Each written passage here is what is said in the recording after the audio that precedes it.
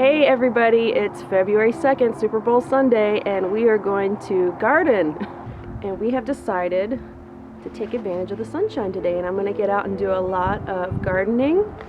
Hopefully to get through a pretty long list. I need to touch up some DIY planters that we made.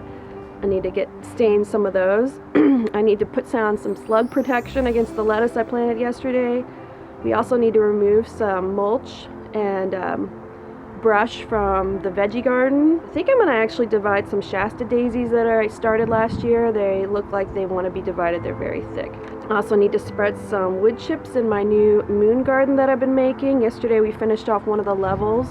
It's terraced, and I made another level yesterday, so it's finished, ready to go. It needs wood chips. And finally I need to weed this part and put down a bunch of wood chips in preparation for spring. We've actually got some bulbs coming up right now. Really excited about that. So I'm hoping to get through all of that before the game starts. I don't really like football, but we're going to watch it for the commercials. All right, here we go.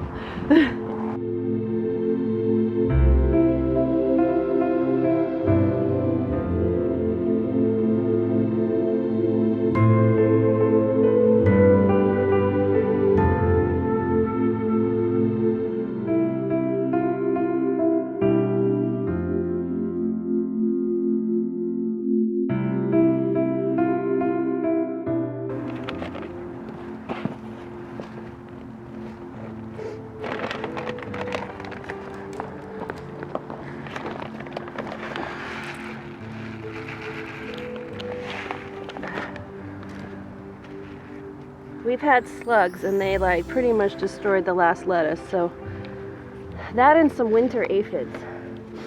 So I'm gonna try this stuff. The container says it's safe for vegetables, so I'm gonna do it. The slugs like to hide up under the bottom leaves.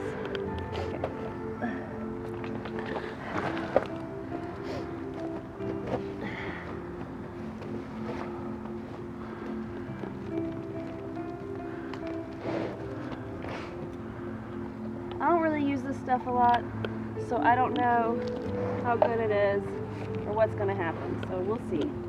I don't really like using chemicals, anything besides neem oil.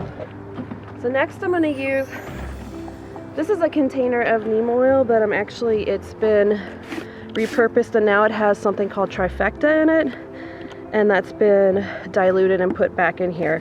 Trifecta, I think, contains neem oil. It's an organic way to help control bugs. So I'm going to preemptively kind of spray these things off. Bubba. Just to try to keep the aphids from coming in. I had black aphids that pretty much housed themselves in the old lettuce. And I had some green worms come along and really just destroy the kale, but the kale rebounded. And yesterday we ate a ton of kale, and we put it in a kale salad with like an Asian dressing. It was so delicious.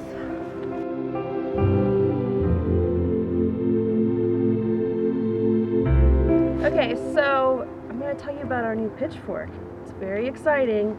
Never owned a pitchfork before, but when we were moving this yard waste out of this bin into the wheelbarrow, we realized we needed a pitchfork, and there was much deliberation about which type to use, and in the end we ended up getting this one from Lowe's?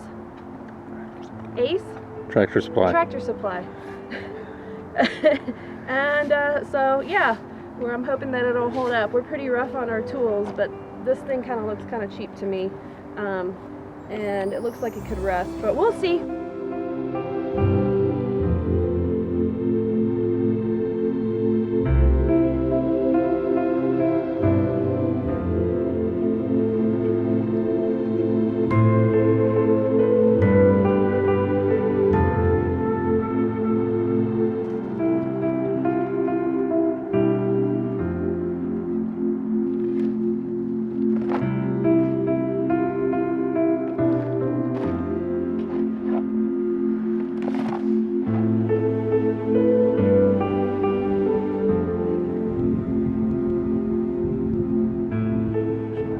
Okay, so I'm getting ready to spread a bunch of wood chips on the moon garden. This is the moon garden, and before I get into that, I just want to apologize. We do live next to an interstate, so you're hearing a lot of traffic sounds. That was one of the downsides of our property, but we couldn't resist the property because it's just so beautiful. At the bottom of that hill down there, way down there, several acres away, is the interstate. So this is the moon garden. I started working on it in, I guess, October. Since it's on a slope, it's been terraced, and I've slowly been building up rocks. I wanted it to have a natural look instead of buying pre-formed rocks from like Lowe's. Not that those are bad, I could use those somewhere else, but for this look I didn't want that. I'm really excited to build the moon garden. I really wanted to have like this light, feathery, airy flowers like yarrow, punctuated with some accents like a white blazing star or a white lily. I'm also going to put some Dusty Miller, some lamb's ear. I really want to put some Aurelia in there, but I don't know if I'll have room. So yeah, this will be the moon garden, and in the summer hopefully it'll look beautiful and I'll have an update on it. But now we're just spreading wood chips over 2 of the new terraces that I've finished up.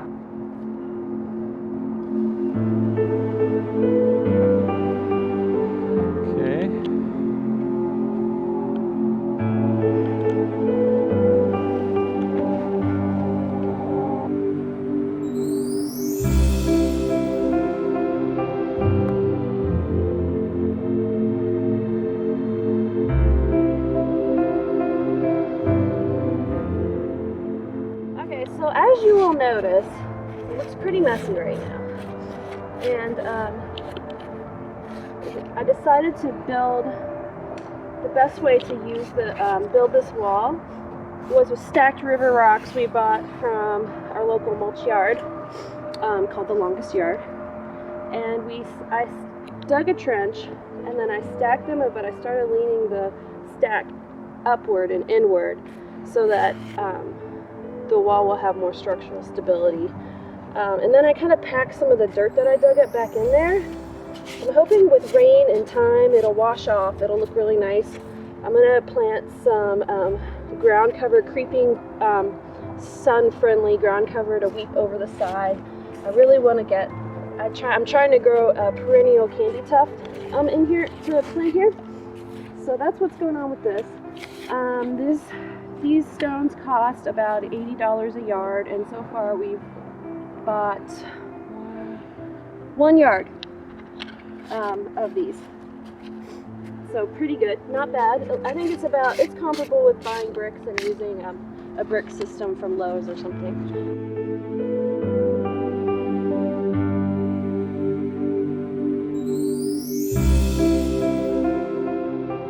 Okay, so now I want to talk about our Anna White containers, the famous Anna White and her plans.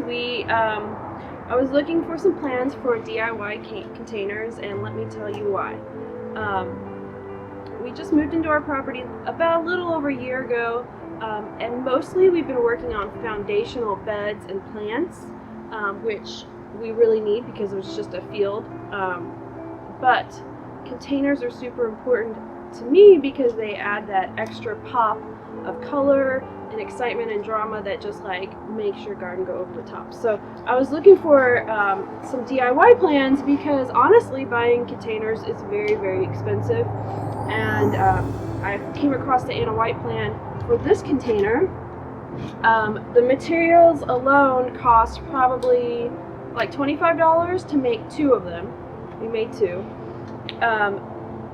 The lesson I learned though was that the stain that I bought to stain these like a dark brown cost $30 to cover both of the containers. So if I were to do this again, I would probably take brown acrylic paint, make a wash, stain them, and then seal them in with just some plain old like clear deck seal. That was one lesson I learned. The other lesson we decided we really needed the Craig jig for this, and we really liked the plans. Jan and I worked on this together, but he ended up finishing the second one, and so all that's left now is to finish staining the little ends and some of the inside. I like to stain it before you do the assembly of whatever you're making. So like we made a bench, I wanted to paint the wood first. And I like to do that because then you don't have like paint brush marks that come to an end and then go back.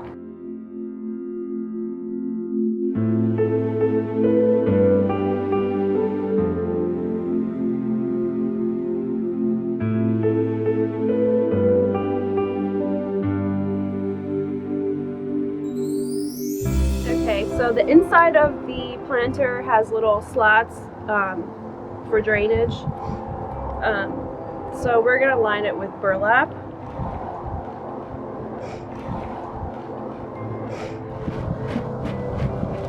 Probably something like that.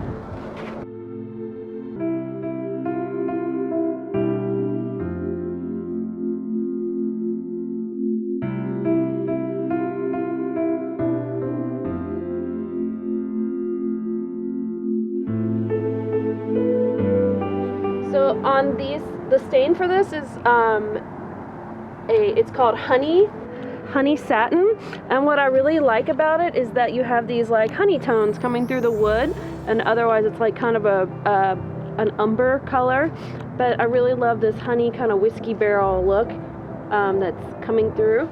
Our house is gray and I don't want our accents to be gray and black, so I'm kind of going for more brown and color, like colorful blue containers.